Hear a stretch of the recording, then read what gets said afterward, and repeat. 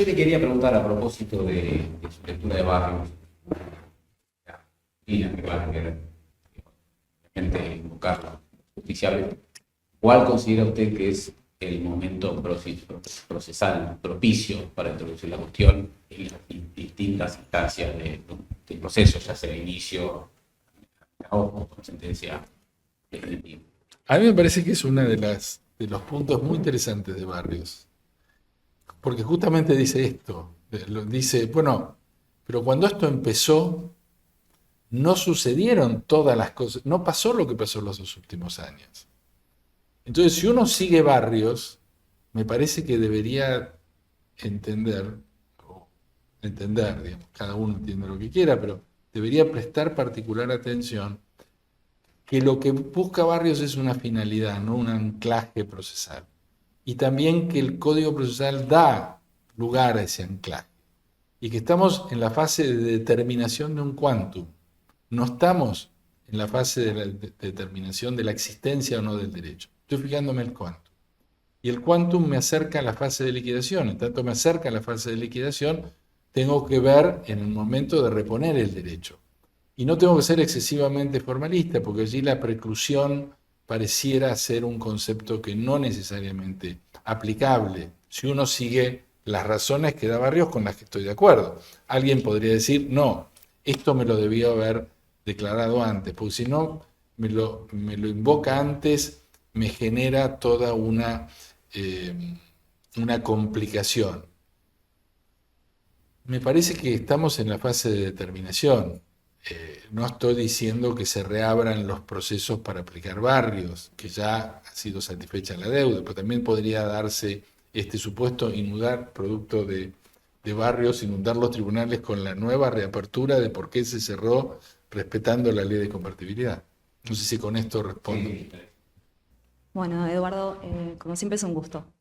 Gracias. Mi pregunta va a ser un poco más de una reflexión quizás un poco más amplia, teniendo en cuenta los datos respecto de lo que la sociedad ve, lo que hace el Poder Judicial. Y mi pregunta va a cuáles crees que son los desafíos actuales más apremiantes que deberíamos abordar o afrontar en materia de transparencia, como para lograr consolidar una legitimidad de la actuación judicial. Porque quizás muchas veces vemos para adentro e intentamos mejorar la actuación judicial, pero lo cierto es que si eso no se refleja en una confianza ciudadana o en una percepción ciudadana, a veces poco vale. Entonces, ¿cuáles considerarías que serían esos desafíos? Yo diría que una deuda pendiente muy seria, en general en Argentina, es el tema de estadístico. Eso creo que nos tenemos que preocupar por la exhibición de lo que sucede en casa.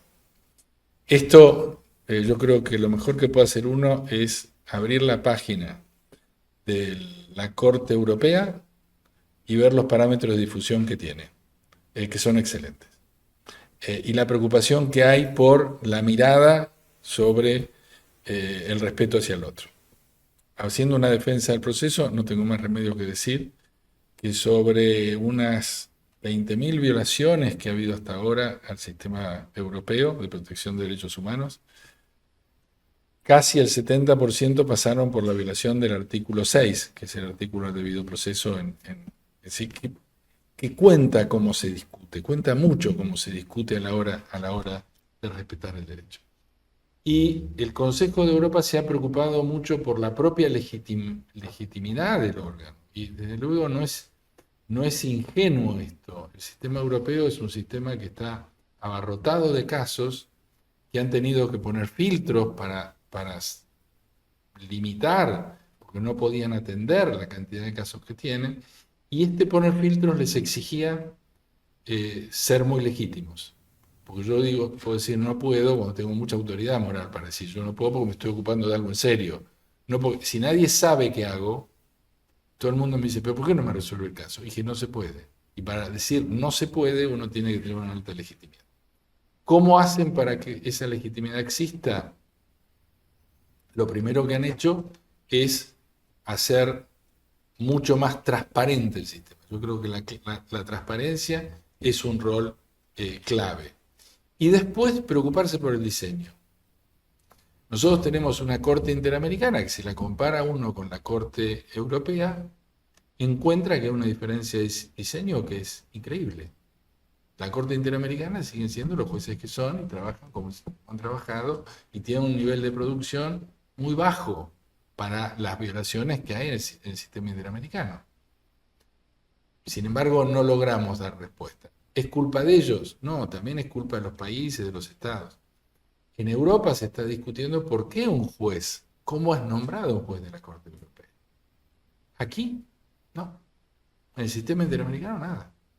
Es secreto cómo se nombran los jueces, el sistema de legitimidad. En cambio, han habido resoluciones, planteos de cómo se muestra el currículum, cómo los estados apoyan o no apoyan. Hay una preocupación.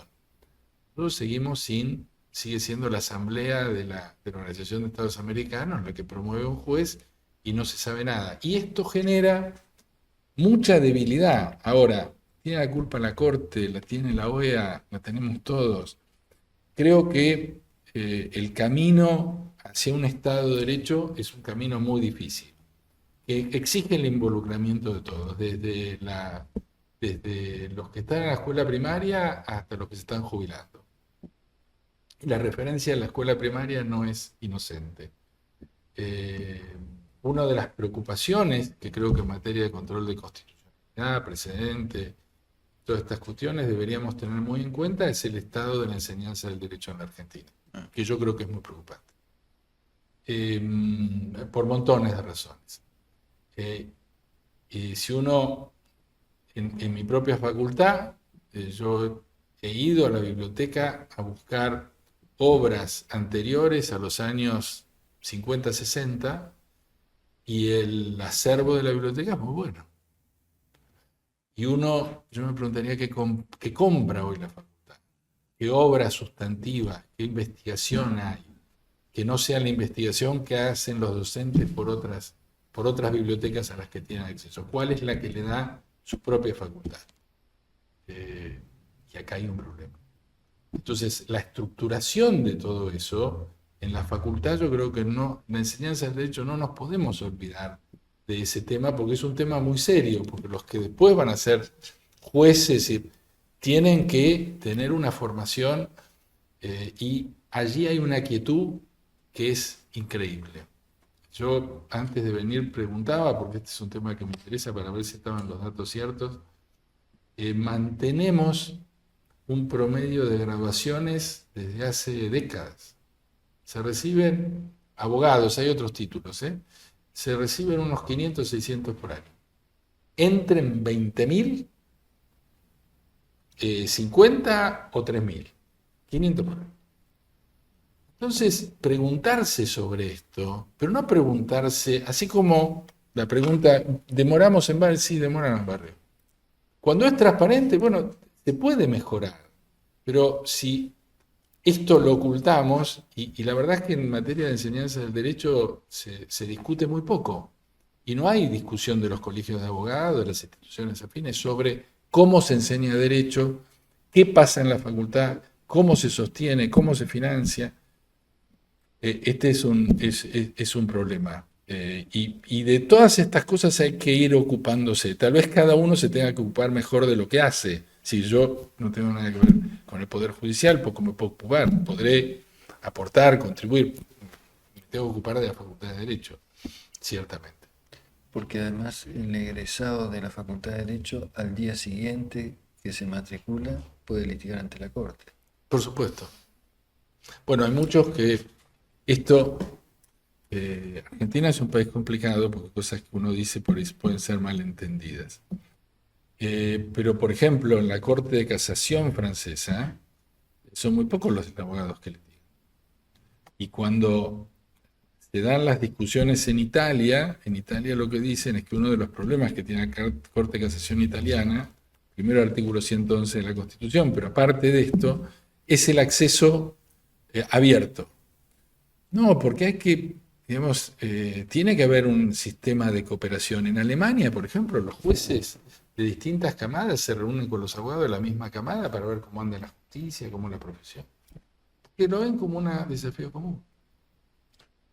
¿Alguna otra pregunta? Le robamos Las un que quieran, minutito ¿eh? más. No, yo no tengo.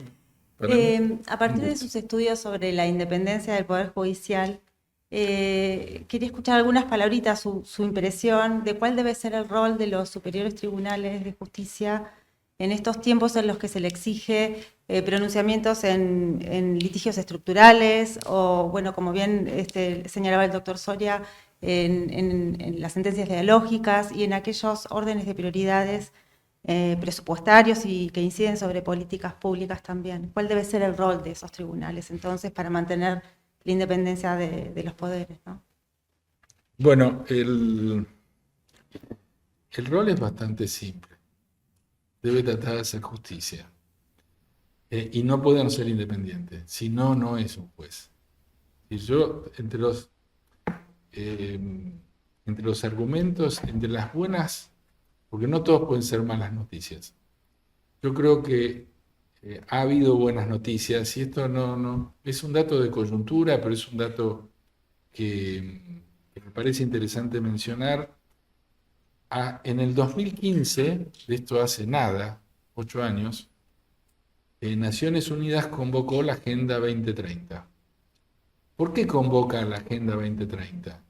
Porque había crecido el nivel de igualdad y querían llegar a un punto de desarrollo sostenible bajo el lema No one be left behind. Quiere decir, nadie puede ser dejado atrás. Ese fue el gran desafío. Y en ese desafío, uno de los puntos era el acceso a la justicia. El objetivo 16 de la Agenda 2030 es ese. Esto puede ser que yo voy a la respuesta, ¿eh? No estoy valiendo la respuesta. Una de las cosas que vimos y que acabamos de vivir fue la Olimpiada. Y yo creo mucho, Genaro Carrió utilizaba el deporte, de hecho utilizaba el lenguaje y derecho, utiliza el fútbol para hablar de principios, y habla de la jurisprudencia referil, tiene el deporte es imposible si no hay un juez independiente, es simplemente imposible. Y ustedes fíjense que todas esas disciplinas, nadie discutió la independencia, porque no puede haber deporte si no hay un árbitro independiente. Las reglas de juego hacen que quien decide, como dijo Hobbes, y como Ferrajoli repite, tomando al Hobbes del ciudadano, no del Leviatán, da como característica el no tener interés en la disputa. Y eso es clave para que el juez pueda resolver problemas estructurales de interpretación constitucional. No se debe sospechar del juez.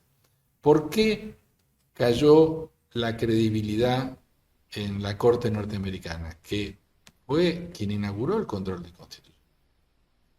Y porque en algunas cosas se fue demasiado lejos y la sociedad la percibió.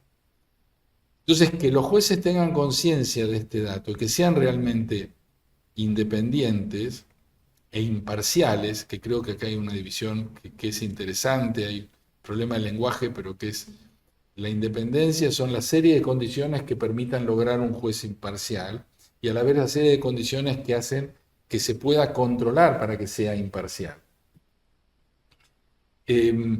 Son los que les dan raíz y fuerza al sistema. Yo puedo decidir un problema estructural muy serio de tarifas, por ejemplo, que afecte a muchísimos usuarios y a las arcas del Estado, y mi voz va a tener una voz alta en la medida que yo sea independiente.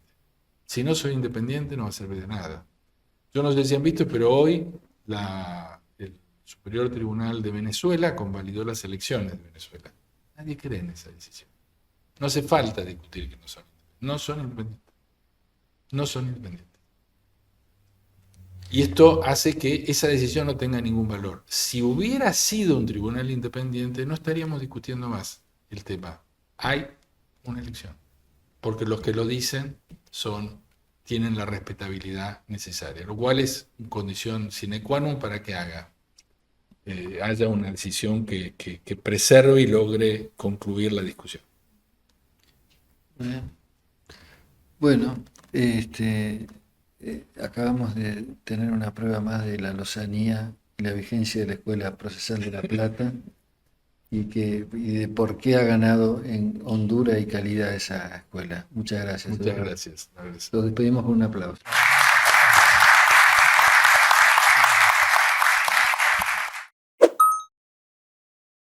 La duda que me queda es concreta, digamos, aún asumiendo que la jurisdicción debiese tener un protagonismo, el problema está al fin, porque no tenemos la infraestructura ni la posibilidad estratégica de diseñar, ni tenemos la bolsa. En definitiva, es volver a las administraciones o a las legislaciones, si tenemos un problema de inconstitucionalidad. Si tuviésemos un problema de inconstitucionalidad de hace tan solo unos pocos años, que requiriese una respuesta estructural por su dimensión económica, si quisiéramos modificar la situación de Berbisky y estableciésemos una tecnología, ¿de qué modo podremos hacerlo si el poder político no acompaña? ¿Hasta dónde da el caucho legitimante del poder judicial? Y después hemos tenido, siempre traigo a Sosa a la mesa, porque nos ha pasado que en definitiva el poder político no ha cumplido mandas de la propia Corte de la Nación. Entonces pareciera que tenemos un problema ahí también, que quizá desde una perspectiva científica sea más fácil de abordar, poniendo el acento en que los derechos no solamente deben ser declarados, sino efectivizados, tiene el efecto útil, ¿no?, en las Cortes Interamericanas. Ahora, en la práctica, en los conflictos estructurales, pareciera que las decisiones no pueden quedar exclusivamente en manos judiciales. Y ahí volvemos al reflujo de tener que lograr algún consenso interinstitucional. No sé qué opina. Por ahí una cosa, muchísimas gracias por la pregunta, está muy buena y muy a la médula, diríamos. Una cosa, si declaramos una inconstitucionalidad de hace 3 años, probablemente el problema estructural que tengamos sea insignificante, porque los problemas estructurales son graves, difíciles y complejos cuando se han acuñado durante mucho tiempo, porque están en las venas de la cultura institucional y eso es muy difícil cambiar, ¿no? Entonces, ahora si yo quiero cambiar una práctica que empezó hace 3 años, probablemente los desafíos sean mucho menores en términos de prácticos, ¿no? Entonces, ahora, ¿qué pasa cuando yo quiero cambiar algo de hace 3 años y el gobierno se opone, no lo quiere hacer, el demandado se rehúsa y los recursos no los tengo y tampoco tengo, digamos, una posibilidad cierta de torcer el brazo ahí? Bueno, a eso te daría la misma respuesta de si tengo ese problema en un problema estructural que tiene 50 años y que es muy complejo y muy difícil. La respuesta es: hay que creer en la descentralización. Yo creo que el potencial de las órdenes descentralizadoras es mucho mayor que el que conocemos. Yo puedo investigar un par de casos hace muchísimos años tratando de ejemplificar el punto. El caso era en el Cerro Chapalmalal, querían poner una máquina para hacer nieve durante el verano, ¿no? Y una comunidad mapuche se resistía a eso. La comunidad mapuche decía, esto va a dejar sin agua a San Martín de los Andes. Todos los técnicos decían, es imposible, el cerro tiene suficiente agua, realmente esta gente no sabe lo que está diciendo porque no conoce de ciencia y demás, ¿no? El conflicto fue tremendo, cerraron el acceso al cerro, los jueces no sabían qué hacer hasta que una jueza se sentó y dijo, bueno, miren, creen una comisión intercultural para discutir el tema de si nos vamos a quedar sin agua o no con esto. Y cuando se creó la comisión intercultural, trajeron a unos viejitos de la comunidad que les contaban cómo había llovido a principios de siglo, cómo había llovido a mediados de siglo y cómo había llovido y por qué preveían que se iban a quedar sin agua. Claro, los científicos no tienen ese dato de pluviales de esos lugares. Le explicaron cómo se estaban cambiando los cursos de los ríos, que ellos lo venían viendo desde principios de siglo y por qué. Y entonces cuando salieron de allí, lo que terminaron haciendo es decir, ¿pero quiénes se reunieron con las personas de la comunidad? No se reunieron los referentes líderes, ni los líderes de la comunidad, ni los líderes de la municipalidad. Se reunieron los técnicos, las comisiones técnicas. charlaron, llegaron a una conclusión diferente y dijeron, sí está en riesgo. En toda administración hay gente con toda la experiencia y el conocimiento disponible, que está ahí, digamos. Y después hay órganos políticos que dirigen esa administración. Descentralizar significa empoderar al conocimiento que existe y hacer posible que el conocimiento que existe tenga una voz en las decisiones.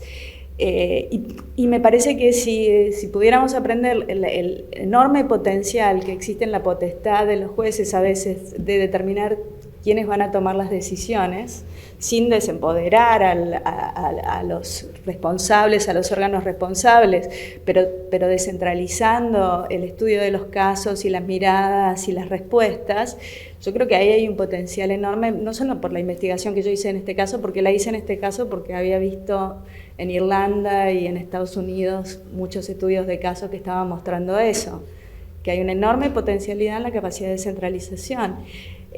Los casos de cárceles son los más difíciles y son los que menos funcionan porque la descentralización ahí es muy compleja, ¿no? Pero en cambio en casos de educación, en casos de salud, los resultados son importantes y no tienen que ver con que cambia totalmente la relación cuando el dato y la evidencia aparece, digamos, cuando la discusión no es sobre ustedes no saben, yo lo sé, y qué sé yo. Cuando el dato y la evidencia aparece, la discusión tensa entre no quiero obedecer o quiero obedecer cambia sustantivamente. Yo tengo como mucha confianza en que hay un poder ahí, en buscar formas de descentralización de la discusión, de la generación de datos y de la toma para una toma de decisión diferente. Y también para una controversia en otros términos.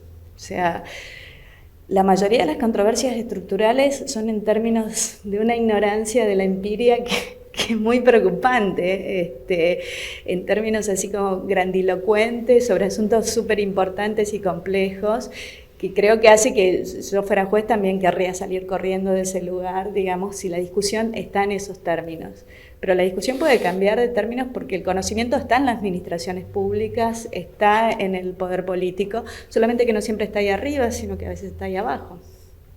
Escuchándola respecto de la descentralización, lo evalúo como un proceso a la toma de decisión, que me parece que lo que varía son los paradigmas, si bien siempre supimos que los jueces no son omnipresentes ni que saben todo, y siempre supimos que tenían que valerse de otros elementos, pero está bueno el repensar en esto de la descentralización a la toma de... Ahora, en los conflictos estructurales, es un tema que lo venimos hablando hace mucho tiempo desde distintos ámbitos académicos. ¿No se plantea que el tema de que no se resuelva no tiene que ver más con una crisis de autoridad, no del que no obedece, sino más bien del que imparte la orden, que un tema de anarquía absoluta? Quiero decir, el problema de la cárcel, hay distintos conflictos que puedan ser abarcados, pero hay algunos que tienen que ver con las condiciones mínimas de estadía, que no pueden decir que no hay solución. Aunque más no sea construir más, aunque más no sea generar más, digamos, después viene todo lo que es la política criminal, todo lo que tiene que ver con la cuestión sociológica, etcétera, que eso sí no atañe a un poder. Pero en las soluciones de problemas que persisten en el tiempo, que son vistos, ¿no hay tal vez un tema de crisis del concepto de autoridad? De autoridad dentro del sistema penitenciario. La autoridad de quien emite la orden o de quien no emite una orden porque cree que no va a ser obedecida o por quien cree que no tiene que obedecer. Y eso vamos un poco ya a la idiosincrasia nuestra, ¿no? No, es súper importante lo que decís, porque uno de los grandes problemas de la reforma institucional a través de la intervención jurisdiccional es que uno no es que se enfrenta contra un problema que si se da una orden eso cambia.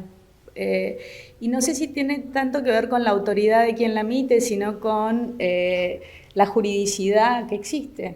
O sea, los hábitos institucionales, lo que se entiende que está bien y está mal en una institución y cómo esas instituciones funcionan. O sea, no pasa por una obediencia, sino pasa por un cambio cultural, digámoslo para decir, de cultura institucional, y eso es mucho más difícil, eso es un proceso mucho más largo y mucho más complejo, por eso es tan compleja la remediación a largo plazo en esos casos. Yo ahí creo que la autoridad se construye con la razonabilidad, pero en esto soy como muy abogada y quizás y creo que un antropólogo o un sociólogo lo podría explicar mejor, pero está claro que nada de estos problemas se solucionan con una orden, aunque tuviéramos un rey, no lo solucionaría un rey con toda la autoridad real, no lo solucionaría porque las prácticas están muy instaladas y están muy reconocidas y están muy validadas, ¿no? Entonces eso hace particularmente difícil el cambio. Sobre todo en una cárcel, ¿no? ¿Alguna otra consulta? Sí. Buenas tardes. Quería ver algo que me parece como una tensión una idea del comienzo con otra más posterior. Es la idea del caso y que se dibuja desde la concurrencia de las partes. Sí. Y después lo que pretendemos de los tribunales superiores que resuelvan, que son problemas estructurales que llevan años. Entonces, inevitablemente, ese dibujamiento del caso va a suceder. Sí. Y va a ser muy difícil de evitarlo, ¿no? Sí. Y lo asemejo también lo que usted dijo con los tribunales superiores de Brasil, que en donde tienen primero la respuesta y después buscan el caso. Sí, gracias por esa pregunta, porque desnuda que yo tengo una visión muy pragmática con respecto al caso, y la tengo. Y además una visión muy dinámica del caso. Tanto como creo que son los confines de lo que podemos legitimar como la intervención jurisdiccional y que debemos controlarlo más y que debe estar bajo mayor control. De la misma manera creo que el caso va mutando a lo largo del proceso y en los procesos estructurales mucho más, ¿no? Y creo que es la médula deliberativa e interesante de los casos estructurales, ¿no? A medida que hay más evidencia nos damos cuenta que el caso no lo puedo definir de esta manera porque me va a llevar a un no lugar, ¿no? Como por ejemplo hacer responsable a gente que no podría solucionar el problema. Y yo creo ahí, digamos, que la mutación del caso es inevitable y la definición del caso debe tener en cuenta elementos pragmáticos fundamentales, digamos. La definición de quién es responsable y quién no es responsable debe tener en consideración quién puede solucionarlo y quién no puede solucionarlo. Debe ser parte de eso, digamos. Los litigios estructurales no son para atribuir responsabilidad moral, culpa o cosas como esa. No nos sirve. La culpa es una sobresimplificación de las causalidades de un conflicto. Si sobresimplificamos las causalidades no vamos a tener solución a los conflictos. Entonces, nuestra lógica de buscar inculpación es una lógica que es muy poco pragmática en la solución de los conflictos estructurales. Porque un culpable, como si fuera una sola causa de un problema, es una manera de no abordar el problema, ¿no? Sí. ¿Alguna otra? Sí. Muchas gracias, buenas tardes. Sí. Me preguntaba cómo piensa la convivencia de la ejecución de esas decisiones estructurales que necesariamente en numerosísimos casos van a requerir de un gasto público. Entonces la convivencia de la función jurisdiccional en la emisión de esa decisión judicial que ordena una conducta que requiere un gasto con la necesidad de que ese gasto sea dispuesto, decidido, ordenado por otro órgano, con otras funciones. ¿Alguna respuesta puedo intuir o podemos haber leído de lo que ella dijo, pero tal vez me interesaba preguntarle si podía profundizar en ese sentido? Yo creo que voy a reformular tu pregunta. Creo que la reformulación de la pregunta es ¿por qué el gasto en estos casos?